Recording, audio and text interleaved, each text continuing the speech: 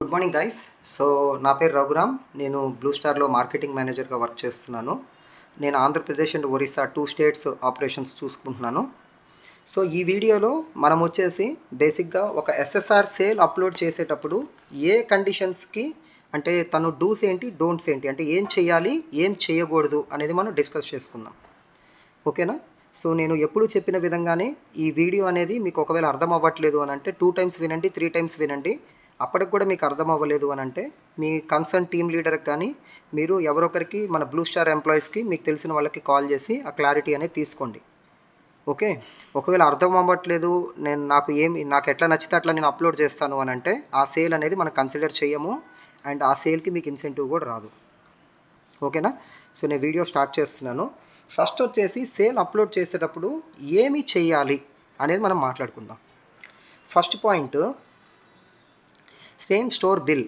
Same store bill అంటే మీరు example ఏ షాప్లో అయితే వర్క్ చేస్తున్నారో, మేబీ ఇప్పుడు ఎగ్జాంపుల్ మనం ఒక బజాజ్ ఎలక్ట్రానిక్స్ కానీ లేదా ఒక సోనో విజన్ లేదా మనకి సత్య ఏజెన్సీస్ ఇలా ఏదైనా షాప్స్ తీసుకుంటే వాళ్ళకి చాలా బ్రాంచెస్ ఉంటాయి. ఇట్లానే వేరే షాప్ వాళ్ళకి కూడా చాలా చాలా బ్రాంచెస్ ఉంటాయి, వేరే వేరే లొకేషన్స్లో ఉంటాయి. మీరు ఒక షాప్లో ఉంటారు అండ్ ఆ షాప్కి సంబంధించిన లేదా ఆ బ్రాంచ్కి సంబంధించిన బిల్స్ ఏవైతే ఉంటాయో అవి మట్టుకే మీరు అప్లోడ్ చేయాలి. ఎందుకంటే మీరు ఆ స్టోర్కే రెస్పాన్సిబుల్గా ఉన్నారు. ఓకే? సో మాకు తెలిసిన రిలేటివ్స్ వేరే షాప్లో వెళ్ళి కొనుక్కున్నారనో లేదా మా ఫ్రెండ్స్ అండి నేనే అక్కడికి పంపించి కొనిపించాననో ఇలాంటి వేరే వేరే రీజన్స్ చెప్పి పక్క షాప్లో అయిన బిల్స్ అనేవి చాలామంది అప్లోడ్ చేస్తూ ఉంటారు. అలా చేయడం కరెక్ట్ కాదు. అది మేము రిమూవ్ చేస్తాము, మీకు వార్నింగ్ కూడా ఇస్తాము. మీరు ఏ షాప్లో అయితే వర్క్ చేస్తున్నారో ఆ షాపే మీరు రెస్పాన్సిబుల్ అనమాట. అర్థమైందా? సో వేరే షాప్ బిల్స్ అనేవి మీరు అప్లోడ్ చేయొద్దు. Next bill photo. చాలామంది బిల్ అప్లోడ్ చేసేటప్పుడు ఆ ఫోటో అనేది క్లిక్ చేసి మన ఇన్వాయిస్ ఫోటో, బిల్ ఫోటో అనేది తీసి మనం అప్లోడ్ చేయాలి. అది చాలా బ్లర్గా పెడుతున్నారు, అంటే క్లారిటీ అనేది ఉండట్లేదు. ఎయిదర్ ఆ ఫోటోని కట్ చేసేసి సగం వరకే పెడతారు, లేదా కార్నర్స్లో కట్ అయిపోయి ఉంటుంది ఆ ఫోటో, లేదా పెట్టిన ఫోటోని అసలు క్లియర్గా ఉంటుంది, బాగా బ్లర్గా ఉంటుంది. ఇట్లా ఇష్టం వచ్చినట్లు ఫొటోస్ అనేవి పెడుతున్నారు. సో ఇప్పుడు ఒకవేళ అది ఫోటో అనేది ప్రాపర్గా లేదు అని అంటే మటుకు ఆ సేల్ని మనం కన్సిడర్ చేయము, అది డిలీట్ చేసేస్తాం. సో రేపనే రోజు మళ్ళీ మీరు మాకు ఇన్సెంటివ్ క్యాలిక్యులేట్ అవ్వలేదు సార్, నాకు ఇలా అమౌంట్ కన్సిడర్ అవ్వలేదు అని అంటే మటుకు సారీ అండి, నేను మీకు ముందుగానే ఇన్ఫామ్ చేస్తాను, అవి మనం కన్సిడర్ చేయలేం. మీరు పెట్టే ఫోటో అనేది చాలా క్లియర్గా ఉండాలి. అట్లీస్ట్ అది మనం జూమ్ చేస్తే కొంచెం అర్థమయ్యేలాగా ఉండాలి. సో మీరు ఆ విధంగా మీరు ఫొటోస్ అనేవి అప్లోడ్ చేయండి. Next bill month. మీరు ఏ నెలలో అయితే మీరు ఉంటారో, ఎగ్జాంపుల్ ఇప్పుడు మనం ఫిబ్రవరిలో ఉన్నాము, ఫిబ్రవరిలో మీరు అప్లోడ్ చేసే బిల్స్ అన్నీ కూడా ఫిబ్రవరి నెలవే ఉండాలి.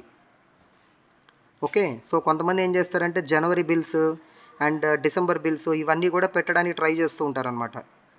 సో అట్లా చేయొద్దు, చేసినా మేము అవి ఇమీడియట్గా డిలీట్ చేస్తాం. ఓకే?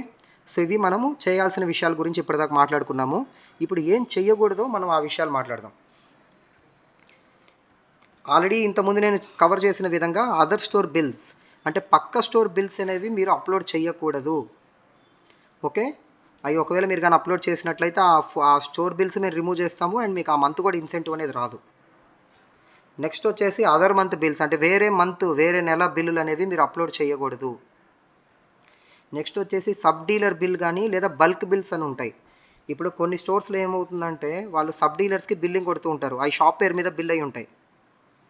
1 క్వాంటిటీ 2 క్వాంటిటీ ఇక్కడ ప్రాబ్లం లేదండి, ఎందుకంటే కొంతమంది షాప్కి వాళ్ళ ఓన్ పర్పస్కే కొనుక్కుంటారు. ఇప్పుడు ఎగ్జాంపుల్ నేనున్నాను, మాకు ఒక షాప్ ఉంది, మా షాప్లో యూస్ చేసుకునే దానికి నేను 1 ఏసీ కానీ లేదా 2 ఏసీస్ కానీ కొనుక్కుంటూ ఉంటాను. ఇవి మీరు అప్లోడ్ చేసిన ప్రాబ్లం లేదు. ఒకవేళ ఇదే ఇంకొక మనం ఎగ్జాంపుల్గా తీసుకుంటే ఒక పర్సను షాప్ పేరు మీద 10 ఏసీలు కొనుక్కున్నాడు, ఎవరైనా వాళ్ళ షాప్లో 10 ఏసీస్ యూస్ చేస్తారా? చెయ్యరు. సో అది సింపుల్ లాజిక్ ఏంటంటే వాళ్ళు మన దగ్గర కొనుక్కొని వాళ్ళు ఇంకొకరికి అమ్ముకునే దానికి తీసుకున్నారు. సో ఇలాంటివన్నీ కూడా మనకేంటంటే సబ్ డీలర్ సేల్ కానీ లేదా బల్క్ బిల్డింగ్లో కన్సిడర్ అవుతాయి. ఇవన్నీ కూడా మనం ఇన్సెంటివ్కి క్యాలిక్యులేట్ చెయ్యము. ఓకే? సో నెక్స్ట్ వచ్చేసి డూప్లికేట్ సేల్. డూప్లికేట్ సేల్ అంటే ఏంటంటే మీరు అప్లోడ్ చేసిన బిల్లునే మళ్ళీ మళ్ళీ అప్లోడ్ చేస్తూ ఉంటారు, ఎందుకంటే నెంబర్ పెరుగుతుందనని. అది తెలిసి చేస్తారా లేదా పొరపాటున జరిగిందా ఏంటనేది అది మీరు చెక్ చేసుకోవాలి. మీరు సేల్ అప్లోడ్ చేసేటప్పుడు మీకు 1కి 2 సార్లు మీకు అక్కడ ఆప్షన్ వస్తుంది కన్ఫర్మ్ చేయడానికి. ఫస్ట్ టైం అప్లోడ్ చేసినప్పుడు ఒకసారి ఓకే అని నొక్కుతారు, సెకండ్ టైం మళ్ళీ కన్ఫర్మ్ చేసిన తర్వాతే మీకు ఆ సేల్ అనేది సబ్మిట్ అవుతుంది. సో మీరు పొరపాటున కూడా అక్కడ డూప్లికేట్ సేల్ అప్లోడ్ చేయడానికి అవకాశం అనేది లేకుండా మీరు చూసుకోవాలి. ఒకవేళ స్టిల్ మీకు ఏదైనా పొరపాటున ఏదైనా అయ్యింది అని మీకు అనిపిస్తే, డౌట్ వస్తే, మీరు మీ టీఎల్ని అడిగి మీరు అప్లోడ్ చేసిన సేల్ డేటా మొత్తం మీరు తీసుకొని చెక్ చేసుకోవచ్చు. అండ్ అందులో మీకు ఏదైనా డూప్లికేట్ కనిపిస్తుంది అని అంటే మీరు అది ఇమీడియట్గా మాట్లాడి రిమూవ్ చేయించవచ్చు. అర్థమైందా? ఫస్ట్ మీరు చెక్ చేసుకోవచ్చు, నెక్స్ట్ మీ టీఎల్ని అడిగి డేటా తీసుకొని చెక్ చేసుకునే అవకాశం ఉంది, అండ్ ఫైనల్గా అది రిమూవ్ చేయించేసుకోవాలి. అది మీ రెస్పాన్సిబిలిటీ అది. సో కంపెనీ వాళ్ళు ఒకవేళ అది కానీ ఐడెంటిఫై చేశారు అని అంటే మీకే ప్రాబ్లం అవుతుంది. కొన్ని సీరియస్ కేసెస్లో మీకు ఇన్సెంటివ్ కూడా క్యాన్సిల్ చేస్తారు.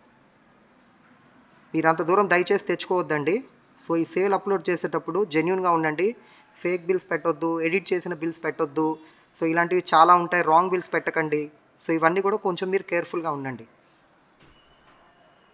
ఓకే, సో ఇంతటితో ఈ వీడియో కంప్లీట్ అయిందండి. So thank you. తిరిగి మళ్ళీ మనం ఇంకొక వీడియోలో కలుసుకుందాం.